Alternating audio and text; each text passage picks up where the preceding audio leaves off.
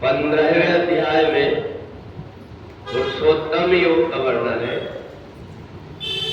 ममैवांशो जीवलोके जीवभूता सनातना मनः षष्ठानि इंद्रियाणि प्रकृति स्थानि कर्ष।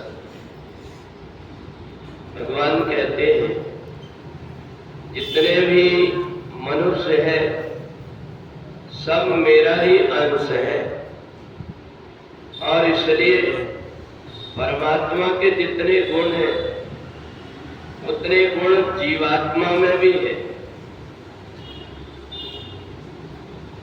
परंतु जिस प्रकार से ऊपर बादल से गिरने वाला पानी जमीन में गिरा और वो मैला हो जाता है, ढावर पानी जन जीव ही माया लिपटा है।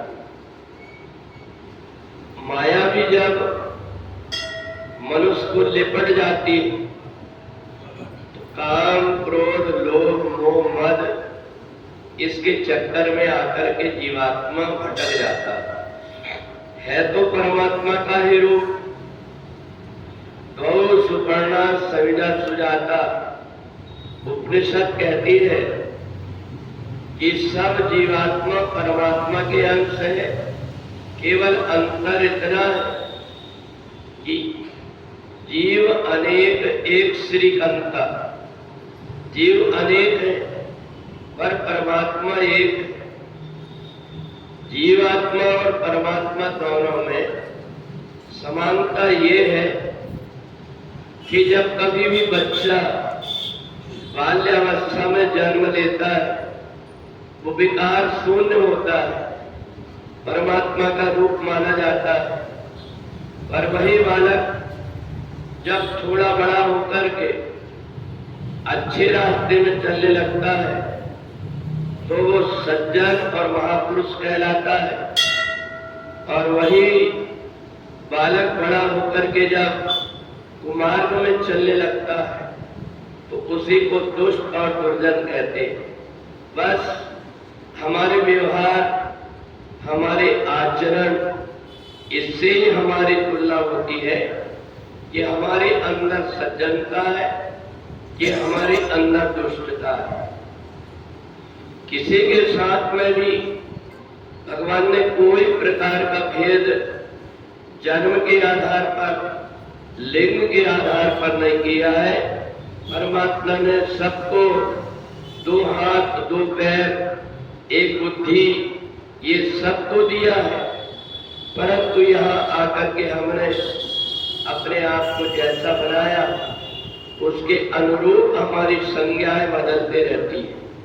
हम जो कुछ भी कर्म करते हैं इससे हमारी तुलना होती है कि व्यक्ति सज्जन है कि दुष्ट है।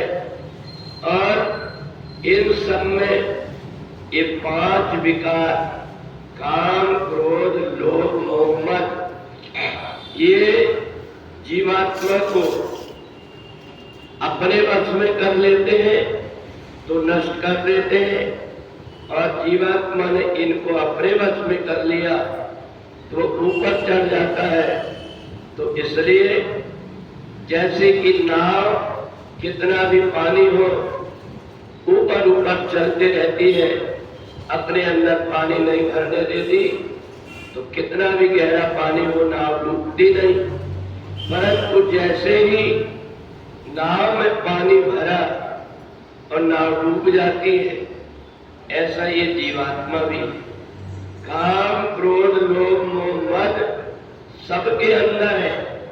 ऐसा कोई नहीं है जिसके अंदर ये नहीं है, परंतु उसने अपने वश में करके रख लिया है तो वो जितेंद्रिय कहला गया।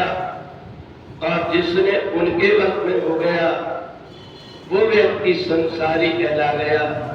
तो इसलिए 15वें अध्याय में भगवान ने कहा ये पृथ्वी हर प्रकार के लोगों से भरी हुई है, जड़ चेतन गुण दोषमय विश्वकीन करतार।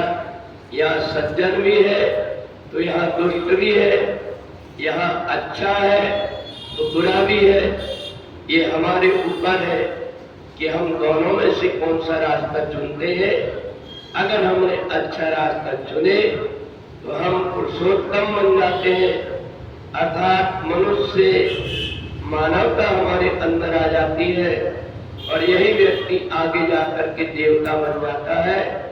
और वही व्यक्ति जो मानवता को छोड़ देता है जाकर के दैत्य और राक्षस बन जाता है।